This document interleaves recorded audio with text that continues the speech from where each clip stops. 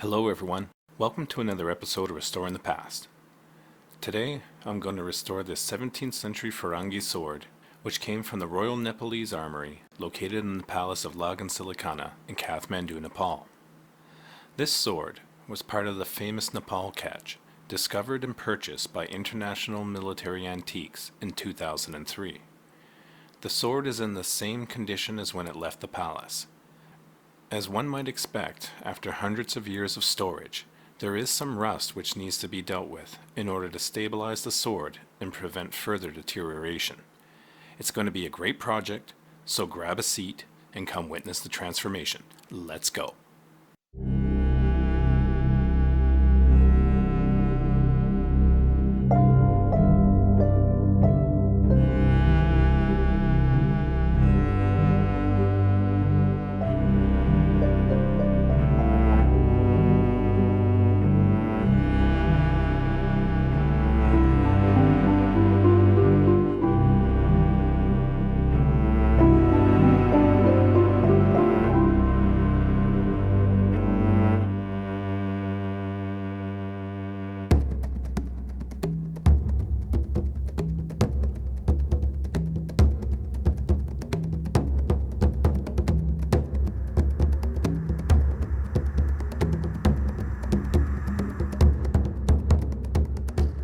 I must say I'm really excited about this one.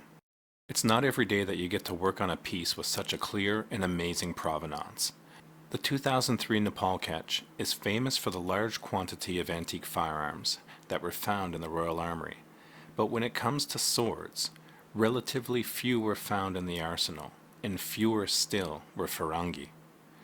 From what I can gather off the IMA website, only about 11 Firangi of the 16 listed were from the Nepal catch.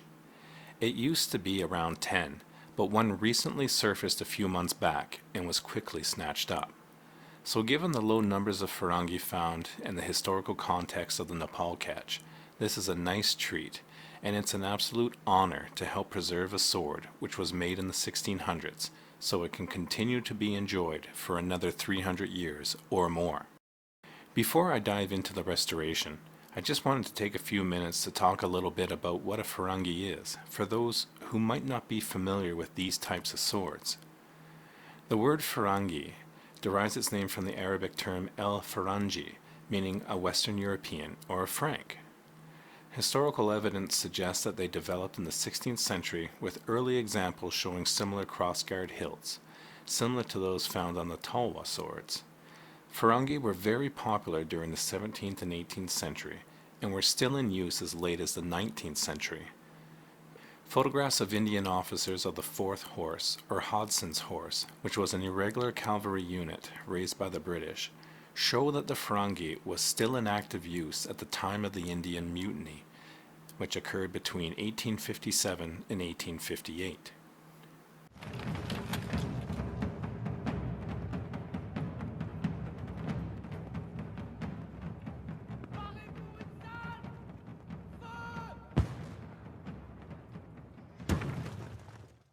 Firangi swords were used all throughout India and the Deccan, but were particularly favored in the northern regions by the Marathans, Mughals, and Sikhs in the Punjab area. So essentially, a Firangi is a term used to describe a European blade mounted on an Indian or Hindu basket hilt. The European blades found on Firangi are typically straight and narrower than Khanda blades, but some are curved like sabers as well.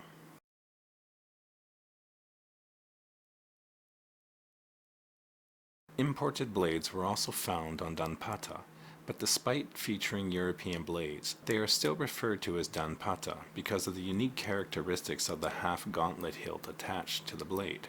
The imports were likely expensive and sought after, since Firangi are often seen in the hands of rulers as status symbols. Among the rulers being portrayed with them are several Mughal emperors, various Rajpur, Maharajas, and Deccan sultans. In this picture, we can see Mughal Emperor Shah Jahan carrying a lily and a Firangi sword as a symbol of martial power.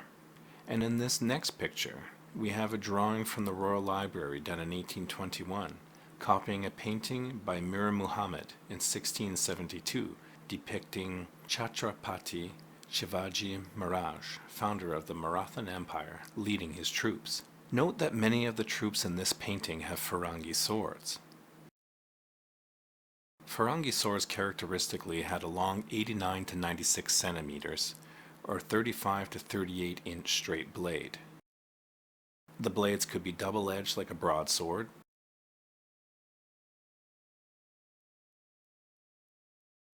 or more commonly single-edged like a backsword.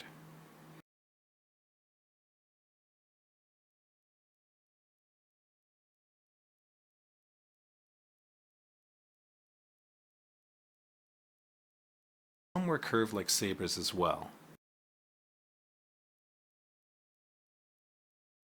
Because of its length, the Firangi has been regarded by some as primarily a cavalry weapon, as seen in this 18th century painting of Peshwa Baji Rao I, the fourth Maratha Chhatrapati or emperor. But there are also many other historical illustrations showing the Firangi with infantry, and often accompanied by a shield. The blades often incorporated 1 to 3 fullers and had a pointed tip. The Firangi could be used to both cut and thrust. There are a small number of Firangi out there which have a narrow rapier style blade, but these were used primarily in southern India.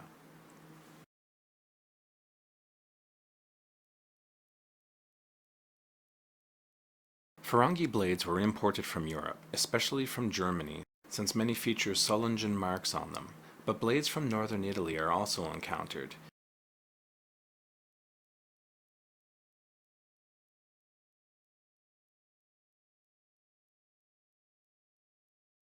And it's likely that some came from other parts of Europe as well. Our Firangi has a signature on it, but it's very difficult to read. However, there is enough left to give us a good idea of what it might be and who it might belong to. Based upon some of my past experiences and research, it's possible that this Firangi bears the remnants of markings used by Andrea Ferara. Andrea is known by several names, such as Andrew Ferrara, Andrew Ferrars, or Ferry of Obraf, Andrea Ferrara,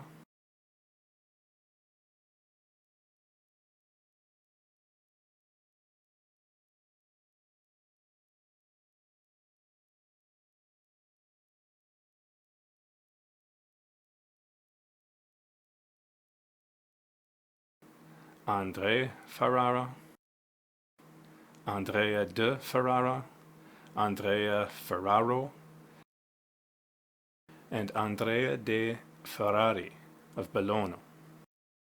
I've chosen to use Andrea Ferrara for this video to keep things simple. Andrea Ferrara was a renowned swordsmith who made high-quality sword blades in the 16th and 17th centuries. So the time frame in which he worked does coincide with the age of the blade. Andrea Ferrara was born in Fonzaso, Italy, which is located in the province of Bologna, Dolomiti. The ruins of his workshop still exist in Busegel, near the river Ardo. His sword blades were legendary for their strength and flexibility. Some believe that he moved to Scotland, and that the X found before and after his name is the St. Andrew's Cross. But there's no evidence to support this, despite the large amount of Scottish claymore blades bearing his signature. More likely the X represented the C and an X for Consiglio de' Dieci, or the Lion of St. Mark, which is a Venetian arsenal, which likely exported his blades throughout the world.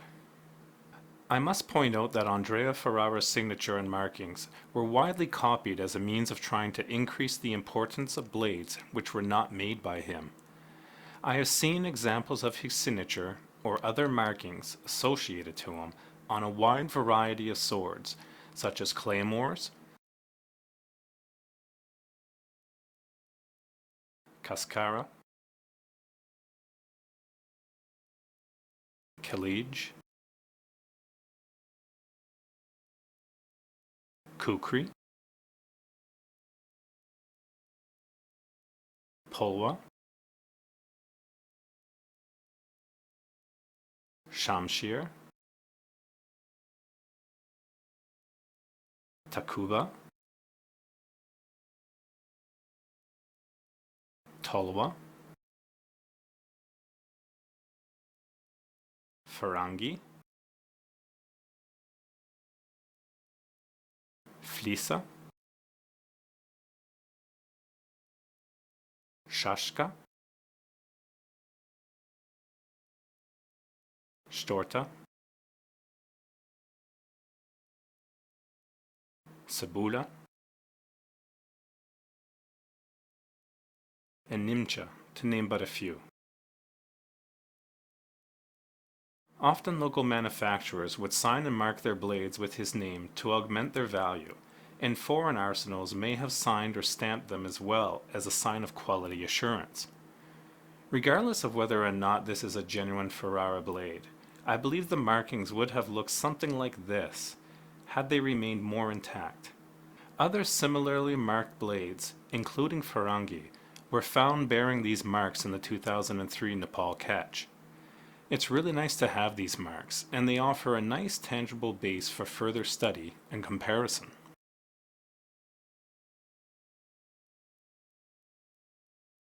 Firangi swords were embellished with a variety of decoration, ranging from very plain to the finest examples covered with extensive gold, or koftagari, decoration to both the hilt and blade. The one that I'm working on is more of your typical Firangi, with some carving to the basket hilt, but primarily devoid of ornamentation. Since this sword came from the Nepal catch, it is not surprising that it is quality made, but devoid of any extra eye candy. Because most of the weapons that ended up in the Royal Armoury were gifted from the British as thanks for their military aid during the Indian Mutiny.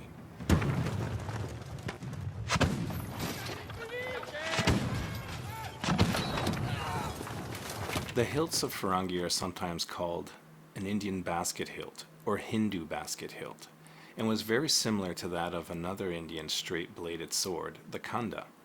The basket hilt did not appear on Indian swords until the 17th century. The baskets afforded substantial protection and usually had a padded liner inside made from leather, velvet, or silk, which helped cushion your hand when holding it. These hilts are usually characterized by a dish-shaped pommel and have a long stalk projecting from the base of the pommel, which could be grasped like a handle, resulting in a two-handed weapon.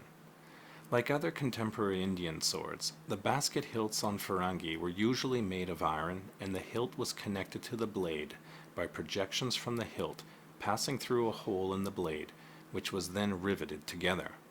The mechanical connection of attaching the hilt directly to the forte of the blade helped reinforce the blade and made everything act as one. The Firangi is a very versatile weapon, and I'm really impressed by it because it is essentially a longsword with a basket hilt guard and the ability to be wielded as a two-handed weapon by grabbing the elongated stalk. The basket hilt is interesting because they're usually characterized by the V shape in the guard, which is necessary so you can tuck your hand right up to it and get a firm grip. The long stalk protruding from the pommel is actually a piece of the tang, which has been wrapped with this tube of steel. The stalk is very solid and strong, and was meant to be held with two hands, making this both a one-handed or two-handed weapon. So now that we know what we're working on, let's dive into the restoration. Overall, the condition of the sword is not that bad. There is some oxidization that has occurred to the entire piece, but most of that rust is concentrated towards the top third of the blade near the tip.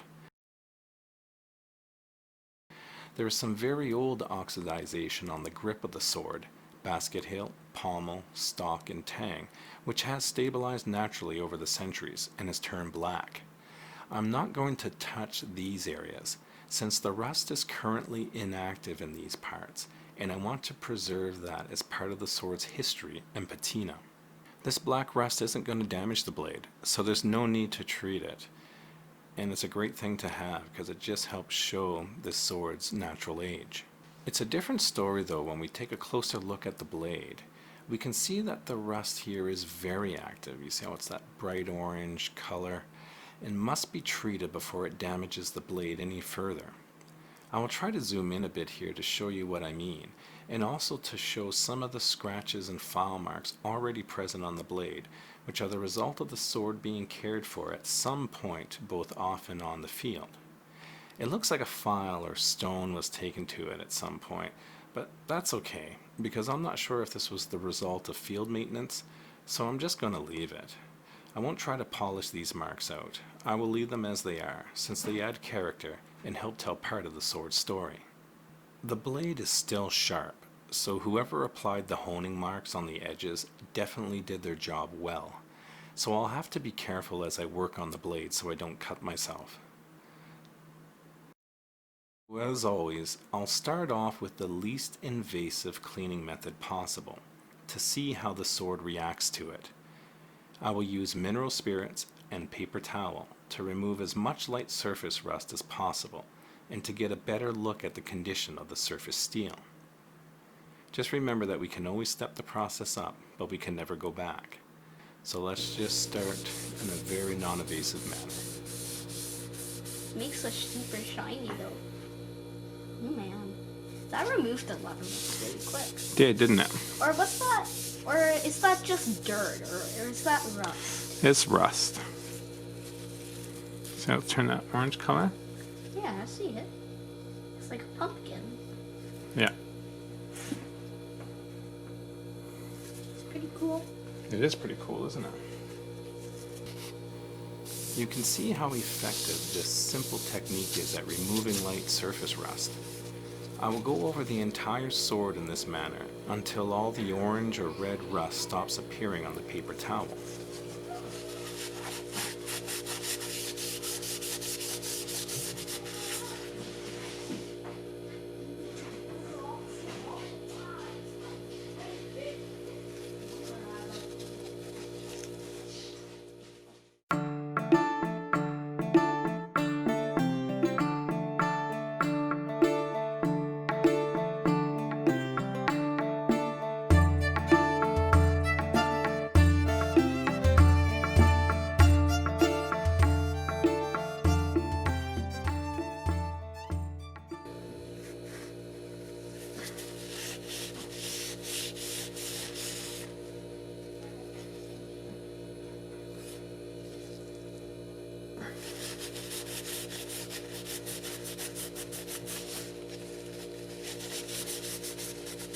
For some pieces, this technique might be enough, but for this particular sword, wiping with mineral spirits in a paper towel will only get us so far. There are still darker orange areas of active rust, which won't come off as easily, and gray areas of deeper ingrained rust. For these stubborn areas, I'll step up the removal effort and use 0000, so that's 4 zeros, steel wool, and mineral spirits to help create a more stable metal surface. It's important to note that I am using 0000 grade steel wool and nothing coarser, since anything else would risk scratching the metal. Remember, our goal is to get off the rust and not damage the blade. I'm just going to start to scrub away. Very, very gently. I'm only working very small sections at a time and giving the blade lots of support. I am taking care to make sure I get into the fullers and eliminate the rust which has settled into these grooves. As you can see, the steel wool is making a difference. It is eliminating some of the rusted areas which the paper towel couldn't handle. The change is minor, but it is there. For the hard-to-reach rust, which has settled around the basket hilt and other hard-to-reach areas, I'll use a brass brush to gently scrub the areas. Again, I'm using a brass brush and not a steel brush, because brass is softer than steel and will not scratch the surface. So I'm just going to brush back and forth a few times. No need to overdo it. Just enough that it removes any active rust in the nooks and crannies. The brush is definitely having a positive effect, so continue doing this in any place that is hard to reach and until you are satisfied with the overall look. Remember not to scrub too much, and if you see that the scrub steel has started to take on a yellowish tone, just wash these areas thoroughly with mineral spirits, because that is simply the remnants of rust that has formed a powder on the surface which just needs to be wiped off. The reason I mention this is so that you don't over scrub your surfaces and make them too shiny. But depending on the goal of your project, maybe that is the intent. But for me, I still want this blade to look old, but in good overall condition, and free of rust that could cause further deterioration of this historic item. I want this sword stabilized, but not to look brand new. So you can see how much cleaner the sword looks now. The active rust has been greatly reduced, but the overall patina is still intact. Now some of you might want to stop right here and take no further action, and that is fine. The choice is yours, and the goals of each project are different. For me, I'm going to take one more small step to get rid of the last areas of rust and try to bring some life and color back to the sword. In order to accomplish this goal, I'm going to take 4,000 grit sandpaper and wet sand the sword with mineral spirits. 4,000 grit is basically the same stuff that auto painters use on the final steps of a car's surface, so it will have very minor impact on the surface steel of the blade, but it will be just enough to remove the gray areas of rust. So the same process as I used before with the steel wool, I'm just going to wet the sandpaper and just gently scrub it back and forth, move it back and forth. You can see how much rust was still present on the blade, but the 4,000 grit is really taking care of it without damaging the sword.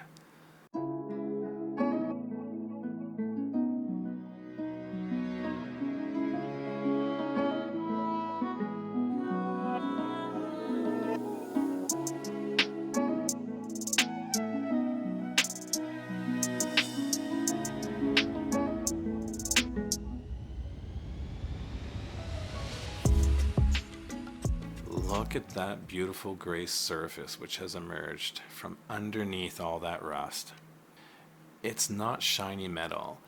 It's a nice soft and clean look which contrasts naturally with the stabilized black rust areas, as if the sword had been well maintained over the centuries. It is a natural look that only true age can give, and one that we want to preserve and showcase on the entire piece. So for me, I really want to maintain that look, so it's always important not to over clean a piece. You don't want to make the metal too shiny and come out as a white metal. That's definitely not the goal of this.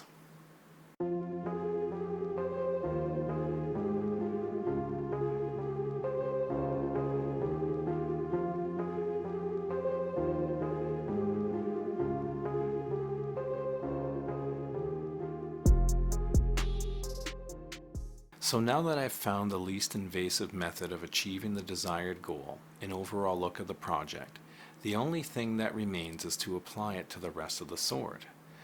Hopefully it's easy to see now the portions of the blade which have been treated. The tip of the blade is still not done yet, but I did get through a few inches.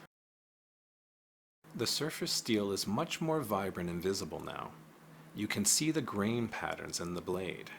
Old swords like this one, forged in the 1600s, tend to have a highly visible grain structure in the steel, which add to the character and beauty of the piece. The treated areas have also caused the fullers to become more pronounced and visible, as well as the honing marks, which someone applied to sharpen the blade with a stone. I could not be happier with what I see right now, and I can't wait to see how the rest of the sword turns out.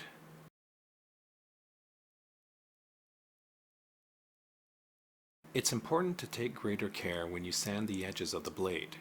Notice how I'm applying very little pressure and also following the contours of the edge geometry so I do not dull the blade.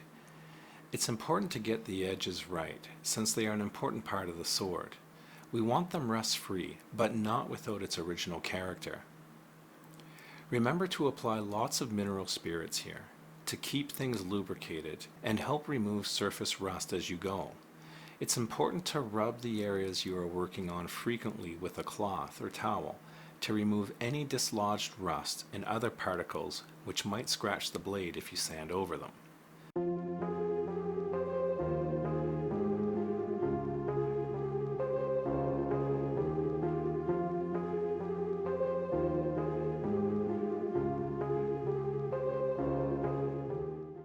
Now that we have finished treating the sword, the last thing we need to do is lock in its current state by applying wax over the entire piece. I like to use a microcrystalline wax, in this case Renaissance wax, which is a conservator's grade wax that is easy to apply and gives the piece a nice silky texture to the touch. Apply the wax thinly using small circles, just keep going around tiny little circles, and let it dry for about 10 to 15 minutes, and then buff it with a soft cotton cloth. The wax will help protect the sword from atmospheric conditions and handling, so it remains in this condition for as long as possible. It is especially good at resisting fingerprints, so if you or someone else handles your sword and forgets to wipe it down afterwards, this wax will help prevent rust from forming in areas where the metal has come into contact with skin. Now that the piece has been waxed and is safer to handle, let's take a look to see how it turned out.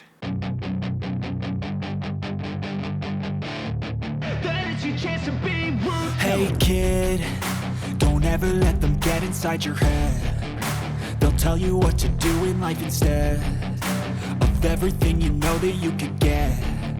Don't let them guide your life towards regret. I'll fight for what I love with every breath. My past is filled with things I won't forget. I use them all to push me to my best.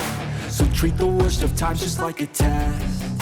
If only I could go back in time, I'd tell myself that everything will end up alright. Just push yourself, test yourself, figure out what you like, and find your limits, don't be rigid, always work towards a prime. Surround yourself with open minds, people can change your life. A few friends with intent can help you feel alive. Find a passion, take some action, and with a little time, just be patient, make a statement, try to enjoy your life.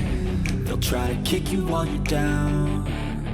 They wanna rise up while you drown. They wanna fill your head with doubt. They're silently scared that you'll figure it out.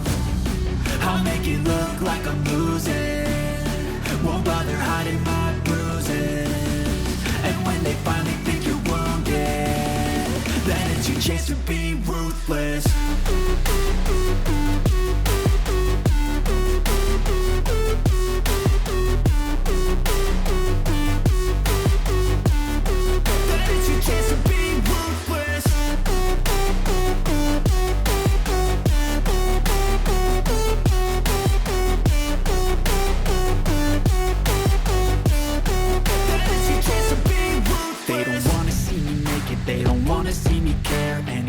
Make some progress, I can see that they compare. I think everyone's against me, maybe something in the air. Am I paranoid? I swear a void is forming and they're scared. I walk a straight path, not many can say that. I like to play fast, cross me and there's payback. You better pray that I don't see your face at any place that I go. I know you hate that. I've been doing fine, I'm not wasting any more time. I live for the fight and the climb. And I think that the pain that's deep inside is what defines. So I won't give up, I'm gonna make it to the top. I don't care what's in my way, I swear I'm never gonna stop. I could fall flat on my face and I swear I will get back up. Cause I don't deserve a thing and the road ahead is tough. They'll try to kick you while you're down. They wanna rise up while you drown. They wanna fill your head with doubt. They're silently scared that you'll figure it out. I'll make it look like I'm losing, won't bother hiding my bruises. And when they finally think you're wounded, then it's your chance to be ruthless.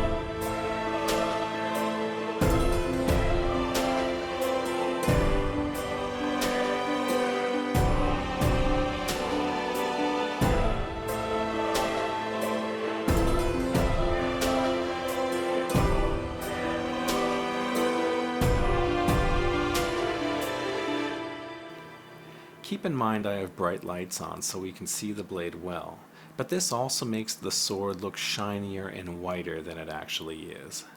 The sword is actually that beautiful rich gray color that everyone loves so much, which hopefully comes through when I move it in the light. Overall, I am thrilled with the way things have turned out. The sword is free of active rust and has been stabilized for future generations. It has a clean, well-preserved appearance, with loads of character caused by the wear and tear of centuries of use. It's important to note that this sword was likely used in battle, since it was found in the old Palace of Lagan Silikhana, which means that it was likely taken as battlefield loot from the victorious British forces during the Indian Mutiny, and given to the Nepalese as a gift in compensation for their military support. I hope you have enjoyed this episode of Restoring the Past and found it helpful. Preserving pieces like these are important and offer a tangible link to historic events. It was a fun project and one that did not require a great deal of time or special products.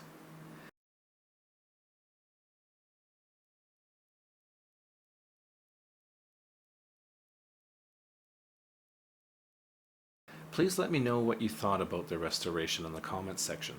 It's great to hear from people, and feel free to ask any questions or offer suggestions on what you'd like to see restored next. I hope you can all get out there and enjoy everything that history has to offer. As always, good luck with your projects, and see you next time. Please subscribe.